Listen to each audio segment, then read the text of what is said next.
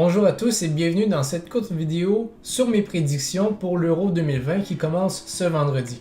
Alors pour faire mes prédictions, j'utilise le site officiel de l'UEFA, donc je vais vous mettre le lien en description si vous voulez faire la même chose que moi. Et je vous invite aussi en commentaire à la fin de cette vidéo de me donner vos prédictions. Pour faire vos prédictions, je mettrai un gabarit encore dans les commentaires. Et en fait, ce que j'aimerais savoir, c'est selon vous qui gagnera les grands honneurs, quelle équipe sera la plus grande surprise du tournoi, qui sera le meilleur joueur, qui sera le meilleur jeune joueur et finalement, qui sera le meilleur buteur. Donc sans plus tarder, allons directement à mes prédictions. Donc pour le groupe A, lorsque je regarde les 4 sélections, je pense que c'est un peu comme un mini-groupe de la mort, dans le sens que c'est pas les 4 meilleures équipes, mais ce sont 4 équipes qui ont à peu près des aptitudes assez semblables qui peuvent faire autant bien dans le tournoi. Donc pour moi, lui qui va finir en premier sera la Turquie, et je vais vous expliquer un peu pourquoi plus tard dans la vidéo. Ensuite, je vois l'Italie arriver en deuxième, et là c'est un peu plus difficile pour le troisième et le quatrième. Par contre, je pense que le Pays de Galles est un pays où que ses joueurs clés, notamment Gareth Bale et Aaron Ramsey, commencent à être vieillissants et à apporter un peu moins d'impact dans l'effectif. Donc pour moi, je vois pas le Pays de Galles ramasser assez de points pour finir troisième. C'est pourquoi je vais les mettre quatrième. Et ça met de facto la Suisse en troisième. Sans contestation, pour le groupe B, je pense que la Belgique va gagner aisément les matchs de son groupe, et aussi je pense pas que la Finlande soit de niveau pour compétitionner avec les 3 autres équipes de son groupe. C'est pourquoi je la mets quatrième.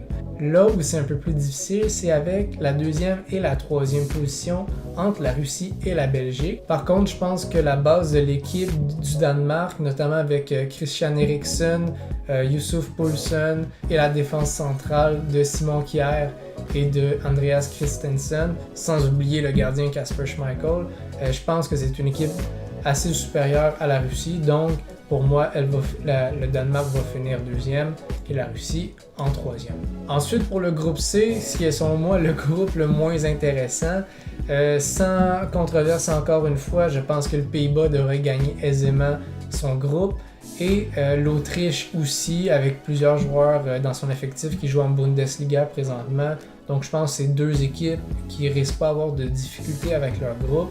Et pour les 2 derniers, en fait, c'est 2 équipes assez égales au niveau, mais je pense que ce classement devrait le faire, surtout que je pense pas non plus que ces 2 équipes pourraient potentiellement être dans les meilleurs troisièmes, donc c'est sans vraiment impact sur le reste de mes prédictions. Pour moi, avec le groupe D, je pense que la Croatie a perdu beaucoup de ses plumes depuis la finale de la Coupe du Monde 2018 contre la France, surtout quand on a des joueurs comme Modric qui vieillissent ou Ivan Rakitic qui sont plus la formation si je m'abuse. Donc c'est pour ça que je les mets deuxième avec l'Angleterre en premier, parce que c'est une équipe très très très profonde offensivement avec les Phil Foden, avec les Harry Kane, etc. Avec une défense peut-être un petit peu plus brouillonne, mais quand même assez solide, avec John Stone qui a une bonne saison à Manchester City par exemple, avec des latérales droits exceptionnels et aussi des latérales gauches avec Ben Chilwell et Luke Shaw qui ont eu des excellentes saisons.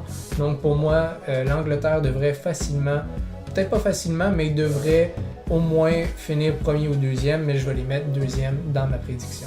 Ensuite, pour les 3e et 4e positions, j'ai hésité beaucoup entre ces 2 équipes et j'en suis venu à la conclusion que la République tchèque est une équipe probablement plus équilibrée que l'Écosse, parce que l'Écosse a 2 de leurs meilleurs joueurs qui jouent à la même position. On parle de Kieran Tierney et de Andrew Robertson de respectivement Arsenal et Liverpool, qui jouent tous les 2 à la position de latéral gauche. Donc ça laisse présager que probablement que le sélectionneur va essayer de faire une formation qui implique les 2 joueurs.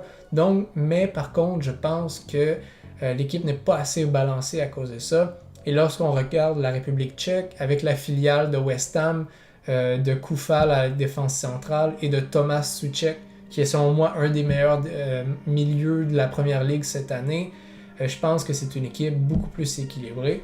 C'est pour ça que je la mets troisième et l'Écosse en quatrième. Pour le groupe E, pas de grande surprise encore là. Je vais mettre l'Espagne en première, même si c'est une des éditions les plus faibles de l'Espagne depuis les dernières années. Et ensuite, on arrive avec trois équipes qui ont, selon moi, à peu près le même niveau. Mais la Slovaquie, pour moi, n'a pas vraiment de chance de s'en tirer. Et ensuite, on tombe avec la Pologne et la Suède. Par contre, je pense que la Pologne est une équipe beaucoup complète avec des joueurs clés à peu près toutes les positions ou presque. Et surtout lorsque je vois que Dejan Kulusevski, joueur vedette avec la sélection suédoise et jeune espoir de la Juventus, a eu la COVID hier, ça sorti hier la nouvelle. Je pense que c'est un coup dur pour la Suède qui risque d'avoir de la difficulté à sortir de la phase de groupe. Donc c'est pour ça que je vais mettre la Pologne en deuxième et la Suède en troisième. On arrive finalement au groupe de la mort. Il y en a un à chaque Euro et cette année c'est le groupe F. Donc sans plus tarder, je vais tout de suite mettre la Hongrie en troisième qui selon moi va partir du tournoi avec aucune victoire malheureusement pour eux. Ensuite, lorsque je regarde les trois équipes qui restent, je pense que l'Allemagne est l'équipe la plus faible des trois. Donc c'est pour ça que je vais la mettre troisième ici. Et ensuite, on a le Portugal et la France qui risquent d'être une très belle confrontation entre les deux équipes. La France va vouloir se venger de ce qui est arrivé à l'Euro 2016 et aussi c'est une équipe encore beaucoup plus équilibrée que le Portugal qui a une défense plus ou moins approximative. Oui, Ruben Diaz est le meilleur défenseur de la Première Ligue cette année, mais est-ce que Pepe, le fameux Pepe, peut suivre la cadence comme il l'a fait avec Porto en Ligue des Champions? J'ai un petit doute. Donc pour ça, je vais les mettre deuxième et je vais mettre finalement la France première. On arrive ensuite au meilleur troisième de chaque groupe. Et la meilleure façon selon moi de voir qui va passer à la prochaine phase éliminatoire, c'est en se disant quelle équipe a le plus de chances de gagner impérativement son match contre la quatrième équipe de son groupe et qui a potentiellement aussi la chance d'égaliser avec une autre équipe de leur pool. Donc je vais y aller avec un premier choix qui est plus un choix sentimental avec la Suisse. La Suisse est une équipe que j'aime beaucoup avec un joueur que j'apprécie énormément, Hank Xherdan Shaqiri, qui délivre tout le temps dans ce genre de tournoi-là. On a juste à se rappeler à sa bicyclette en 2016 à l'Euro et son tour du chapeau en 2014 à la Coupe du Monde. Donc pour moi, je pense que la Suisse peut potentiellement gagner son match contre le Pays de Galles et peut-être tirer une nulle contre la Turquie ou l'Italie. On arrive ensuite avec l'Allemagne qui selon moi... L'Allemagne, en fait, me laisse perplexe parce que j'ai l'impression que c'est une équipe vieillissante avec un projet qui est en train de mourir avec Joachim Löw qui reste juste pour l'Euro et qui va quitter par la suite. J'ai l'impression que c'est une équipe peut-être pas motivée à gagner l'Euro. Peut-être que je me trompe, mais même à ça, je pense que l'Allemagne doit gagner impérativement son match contre la Hongrie. Et c'est une équipe qui a aussi toutes les qualités nécessaires pour peut-être tirer une nulle contre la France et l'Allemagne. La France ou le Portugal, pardon. Donc pour ça, je vais les mettre comme étant une équipe qui va aller en phase éliminatoire. Même chose pour la Suède qui, selon moi, doit absolument gagner son match contre la Slovaquie et qui a un niveau assez similaire à la Pologne et qui peut potentiellement faire une surprise à l'Espagne qui, comme j'ai dit tantôt, c'est une édition assez faible de l'Espagne. Donc je pense que la Suède est capable de tirer son épingle du jeu dans son groupe. Finalement, on arrive à ma dernière sélection. Pour moi, l'Ukraine peut-être peut gagner contre la Macédoine, mais n'a aucune chance contre les deux équipes de l'Autriche et du Pays-Bas. Ensuite, on a la Russie et la République tchèque. Pour moi, la Russie gagne assurément son match contre la Finlande et peut peut-être avoir une surprise avec le Danemark. Tandis que la République tchèque, selon moi, va jouer un match serré avec l'Écosse et ne devrait pas gagner non plus ses matchs contre la Croatie et l'Angleterre. Donc pour toutes ces raisons, je pense que la Russie est l'équipe qui a le plus de chances de s'en sortir, surtout en assumant que les deux, la Russie et la République tchèque, vont gagner seulement un match. Je pense que la Russie a plus de chances de passer avec le différentiel de but contre la Finlande que la République tchèque avec son groupe. Donc, j'y vais avec la Russie. On arrive à la phase éliminatoire. Donc, pour moi, les premiers matchs qu'on peut voir ici sont des no-brainers. Donc, c'est des matchs avec des rapports de force plutôt inégales. Donc, pour moi, la Belgique va passer la Suède facilement. La Turquie, pour moi, aussi devrait passer l'Autriche facilement. La Turquie, c'est une équipe qui est beaucoup en confiance, autant individuellement que collectivement. Donc, je pense qu'il n'y a aucun problème ici. Encore là, la France devrait battre facilement la Suisse. Même chose pour la Croatie et l'Espagne. On arrive ici peut-être à ma première sélection controversée. Je pense que c'est deux équipes assez similaires. Donc on parle de deux équipes avec une excellente profondeur offensive et une défense un peu plus approximative, même si je donnerais peut-être le point pour la défense à l'Angleterre plutôt qu'au Portugal. Par contre, je pense que l'Angleterre sera beaucoup plus assoiffée que le Portugal et ouais, c'est un choix assez difficile. Je pense que c'est deux équipes assez égales, mais je vais y aller malheureusement pour probablement plusieurs personnes avec l'Angleterre. Ensuite, on arrive ici avec le Pays-Bas et l'Allemagne. Le Pays-Bas, en ce moment, Matthias de Ligt, si je prononce bien son nom, c'est un cas incertain pour le tournoi. Et Virgil van Dijk aussi, je pense pas qu'il va jouer de match. Donc, je pense que l'Allemagne devrait, avec ses attaquants comme Serge Gnabry ou Leroy Sané, je pense qu'ils vont être capables de battre les Pays-Bas.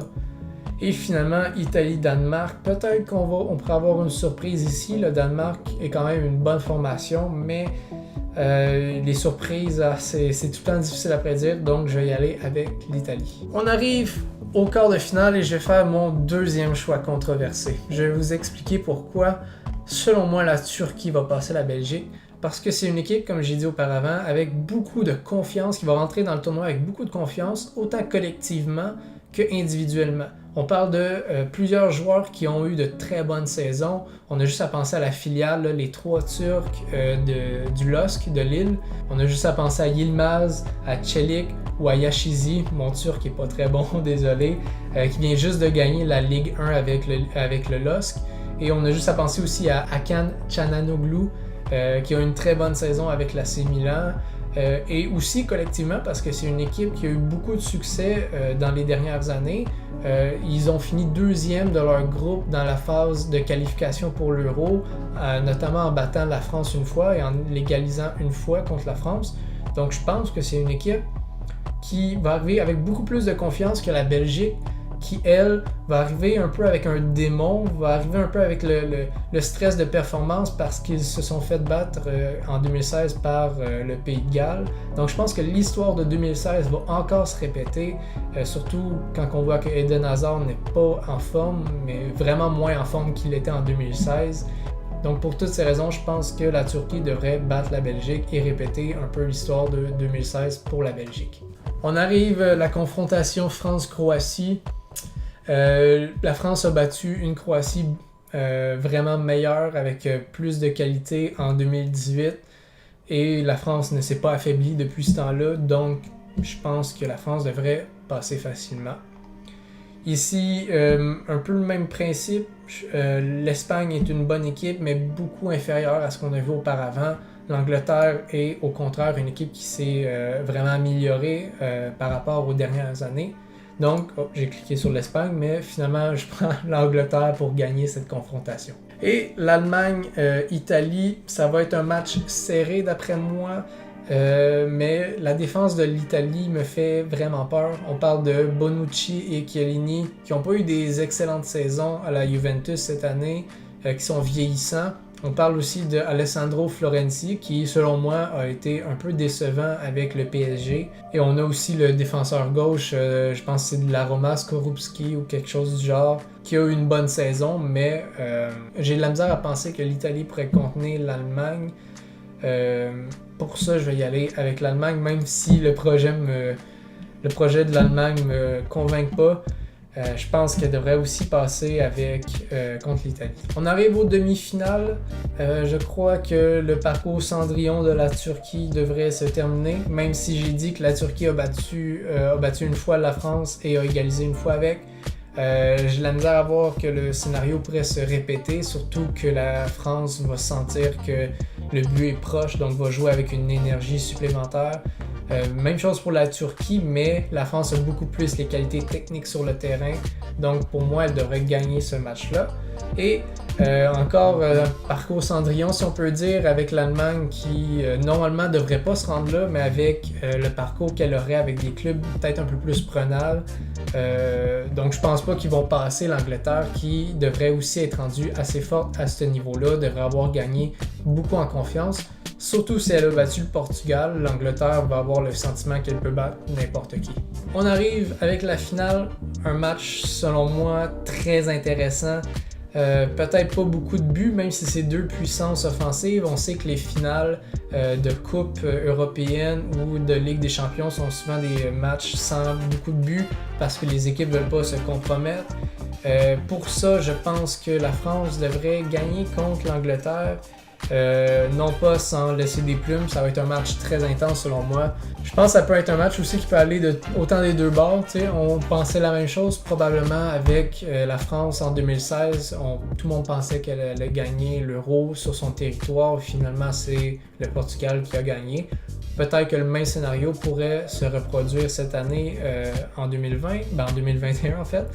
Mais mon cœur me dit, mon cœur me dit la France, je peux pas aller contre la France, même si l'Angleterre va avoir joué un très bon tournoi selon moi. On arrive maintenant aux autres prédictions, donc selon moi le grand gagnant de l'Euro 2020 sera la France. Pour ce qui est de la grande surprise, comme j'ai dit à plusieurs reprises dans la vidéo, pour moi la Turquie représente l'équipe qui va le plus surperformer parce qu'elle est une équipe très confiante, autant individuellement que collectivement. Je pense qu'elle va passer la phase de groupe facilement et les matchs qu'elle va jouer par la suite, je pense que c'est une équipe qui peut relever le défi et se rendre au moins jusqu'au quart de finale. Le meilleur joueur, en assumant que la France se rend jusqu'à la fin, c'est sans surprise, ou peut-être oui avec une petite surprise, que je vais dire que N'Golo Kanté sera le joueur le plus utile de la formation française. C'est un joueur qui a eu une saison incroyable à Chelsea en Ligue des Champions, qui a remporté plusieurs fois l'homme du match lors des matchs de Ligue des Champions. N'Golo Kanté, c'est un joueur qui travaille énormément, donc j'ai de la misère à concevoir qu'il pourrait baisser de cadence avec la Coupe du Monde. Peut-être la fatigue, mais en même temps, on se dit, on sait... N'Golo Kanté a fait sa réputation, c'est un joueur infatigable, donc je pense pas qu'il va baisser sa cadence et il va être une des pièces maîtresses de la France pour gagner cet Euro. En assumant aussi que l'Angleterre devrait se rendre très loin dans le tournoi, mon choix pour le meilleur buteur de cette édition de l'Euro 2020 va aller à Harry Kane. Harry Kane parce que c'est un joueur qui est le preneur de pénalty incontesté, donc avec ça on peut peut-être espérer au moins 2 buts, peut-être 1, 2, 3 buts. Donc seulement avec ça, il rentre dans la compétition pour être le meilleur buteur, avec des matchs qui devraient être simples contre l'Écosse et contre la République tchèque. On peut espérer qu'il marque aussi des buts. Et en assumant qu'il se rende jusqu'en finale, il peut peut-être encore gratter 1 ou 2 buts lors des phases éliminatoires. Donc pour moi, Harry Kane peut facilement marquer 5 buts ou plus, qui le propulserait vers le titre de meilleur buteur de l'Euro 2020. Et je vais encore aller avec un joueur de l'Angleterre pour le meilleur jeune joueur. Ça, je pense que c'est sans surprise. Si l'Angleterre est capable de se rendre en finale, l'un des joueurs qui va être clé pour se rendre jusqu'à là va être Phil Foden, qui a aussi gagné le titre de meilleur jeune joueur de la Première Ligue cette année. Donc, déjà à 21 ans, il montre des qualités exceptionnelles. C'est peut-être un des meilleurs attaquants en ce moment, déjà à son jeune âge. Donc, si l'Angleterre a un bon tournoi, c'est surtout en partie de Phil Foden qui va hautement contribuer. Donc c'est tout pour cette vidéo, merci de m'avoir écouté. Je vais partager en description le lien qui mène vers le Canva pour faire vos prédictions pour l'Euro 2020. Et je vais mettre aussi en description un gabarit pour faire vos prédictions dans les commentaires. Ça m'intéresse vraiment de vous lire et de savoir probablement là où j'étais trop ambitieux ou trop naïf. Donc, sur ce, bon Euro tout le monde. J'ai vraiment hâte, ça va être un tournoi incroyable. Surtout avec les fans qui risquent de revenir, ça fait changement de la dernière année. Donc, sur ce, tout le monde, bon Euro. À la prochaine.